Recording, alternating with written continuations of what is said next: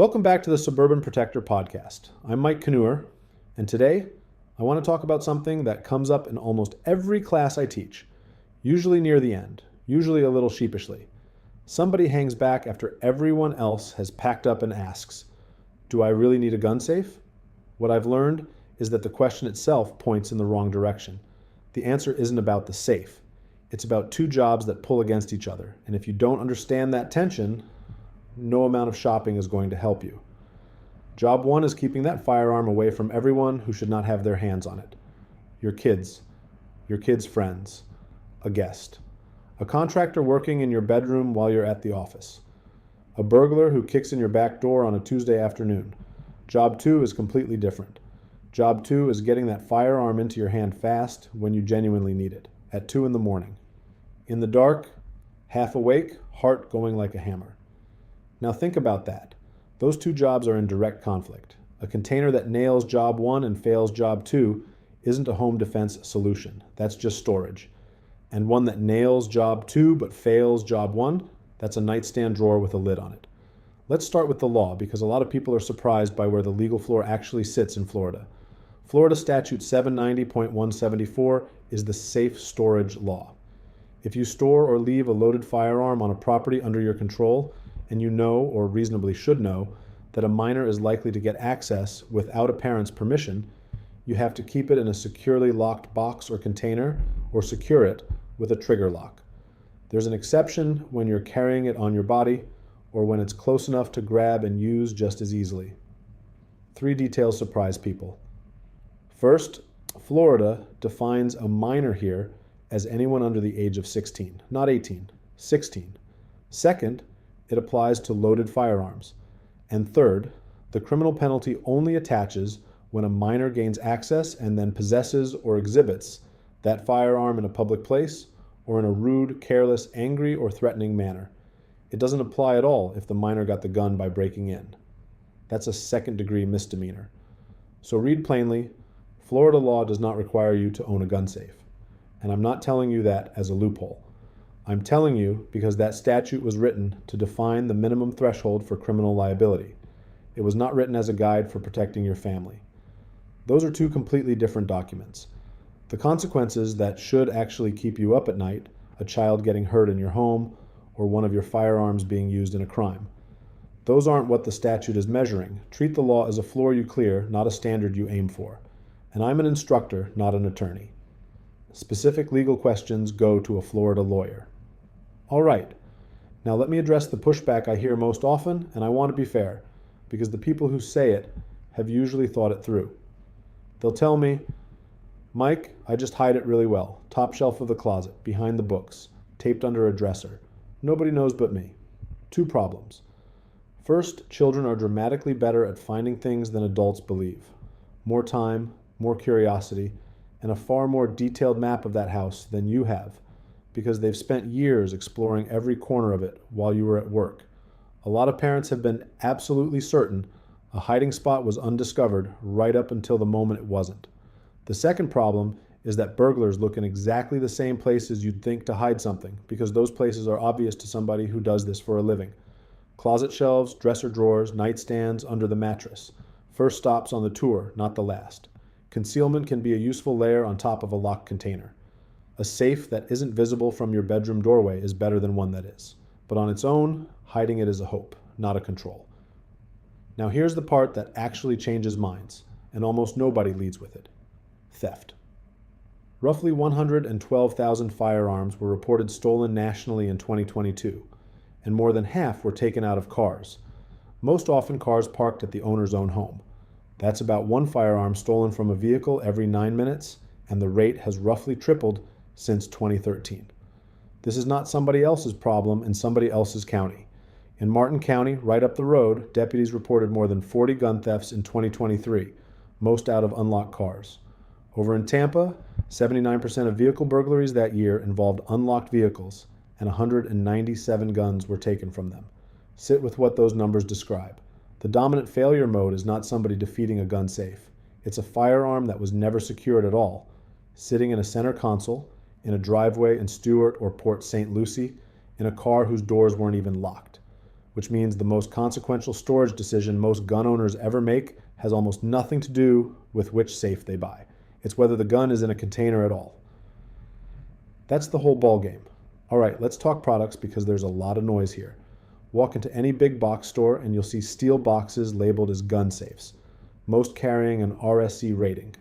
RSC stands for Residential Security Container under a standard called UL 1037. Under the revised standard, there are graduated levels. Attack level 1 means the container withstood a 5-minute attack by one technician using common hand tools. Drills, screwdrivers, hammers. Attack level 2 steps up to 10 minutes against 2 technicians using more aggressive tools, including high-speed carbide drills. Attack level 3 is the same 10 minutes, but has to resist an even smaller opening. Let that land. 5 minutes. One person, hand tools. That's the bar most consumer gun safes clear, and that's genuinely useful. It defeats a curious kid, an opportunistic guest, and the smash and grab burglar who wants to be out of your house in 8 minutes. What it is not is a vault. It was never sold to you as one, though the word safe printed on the box does an awful lot of implying. An RSC is a meaningful obstacle, not an impenetrable one. And for the overwhelming majority of households, that's enough. Now, fire ratings. I'll be blunt.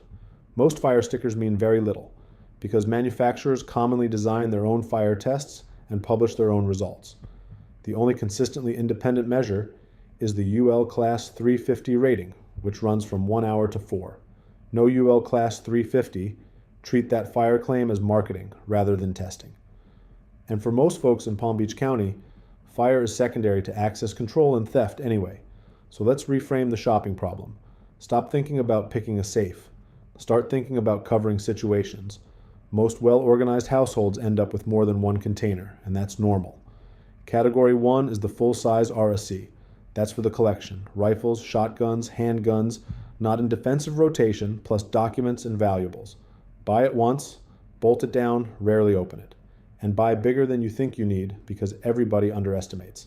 Category 2 is the quick access bedside container for the one defensive handgun you'd actually reach for at 3 in the morning. Small, secured, fast, openable by touch in total darkness. This is the piece that has to solve both competing jobs at once, so it deserves the most thought. Category 3 is the trigger lock or cable lock, the floor, not the goal. Better than nothing, useful for transport or long-term unloaded storage, not a substitute for a container. Category 4 is the one almost everybody skips, and the one the theft data says matters most. The vehicle lockbox, a steel box cabled to a seat frame, out of sight. If you carry, there are places you legally cannot. A courthouse, a school pickup line, and you need a real plan that isn't under the seat. One more minute on that bedside container because people get it wrong in both directions. Some buy something so slow and fiddly they'd never use it under stress. Others buy something so flimsy a determined 10-year-old could pop it open. Biometrics are the primary, never the only. Fingerprint readers have genuinely improved, but wet hands, cold hands, an awkward angle in the dark, or a partially dead battery all degrade recognition. Any container you'd stake your life on needs a mechanical backup, a keypad or a key, and you need to have actually practiced with it, which brings me to the big one. Practice in the dark from a sleeping position, and not once. Repeatedly until it's automatic. A container you can open in 4 seconds on a Saturday afternoon might take you 15 when you've been jolted awake. This is the single most skipped step in this entire topic, and it's the one that most determines whether that container helps you or just gets in your way. Batteries are a maintenance item. Put it on the calendar twice a year, right alongside your smoke detectors, and anchor it. An unanchored bedside box is a portable container that happens to have a firearm inside. A thief doesn't need to open it in your house. He just needs to carry it to his car. Same principle applies to the big safe. Almost every safe ships with anchor holes, and a remarkable number never get used. That's the difference between a burglar having to defeat your safe and a burglar simply removing it. 2 guys in a furniture dolly beat any rating on that door. Slab construction, which is how most of our houses are built down here, makes this straightforward, with a hammer drill and wedge anchors. If you're renting in Wellington or Boynton and can't drill, weight and concealment are your fallback. But understand, you've traded away real protection, so pick a heavier container. Now, two things that almost never show up in gun safe advice, because most of that advice gets written for Ohio. The first is humidity. Humidity will rust your guns inside a locked safe. A sealed steel box in a Florida climate is an outstanding condensation chamber. The NRA's guidance, which manufacturers like Liberty Safe echo, is to hold interior humidity between 30 and 50% at roughly 70 degrees. Two tools get you there: an electric dehumidifier rod, which gently warms the inside a few degrees so moisture stays vapor instead of condensing on your metal, or rechargeable silica gel desiccant when there's no outlet nearby. Either way, put a cheap digital hygrometer inside and actually look at it. Guessing is how people discover rust on a barrel 6 months later. This is also a strong argument against the garage, which is the hottest, most humid, least climate-controlled room in a Florida house, and the one most exposed to a break-in. The second Florida problem is water. Storm surge and flooding. A bolted down safe on a slab in a flood-prone area will fill with water and then hold it. SAMI's guidance is unambiguous. A firearm that's been submerged or heavily exposed to water should not be used until a manufacturer or qualified gunsmith has inspected it and declared it safe. And submerged ammunition should be disposed of, not fired. So if you're in an evacuation zone in Port St. Lucie or anywhere along the coast, factor elevation into where you put that safe and build your firearms into your evacuation checklist instead of discovering the problem afterward. Let me put a bow on this with recommendations matched to how people really live. One handgun, no children in the home.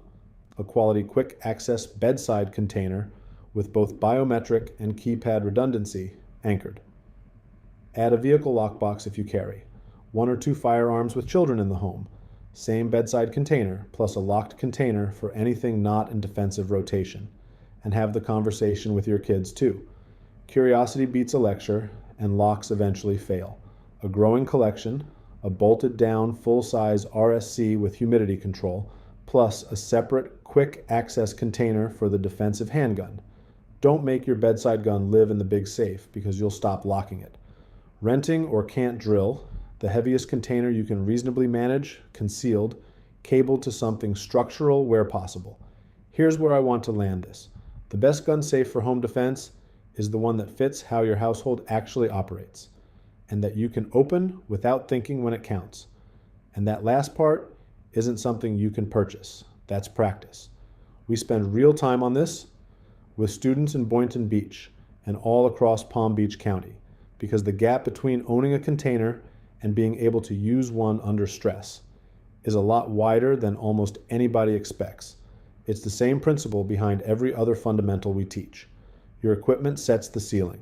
Your training determines what you can actually reach.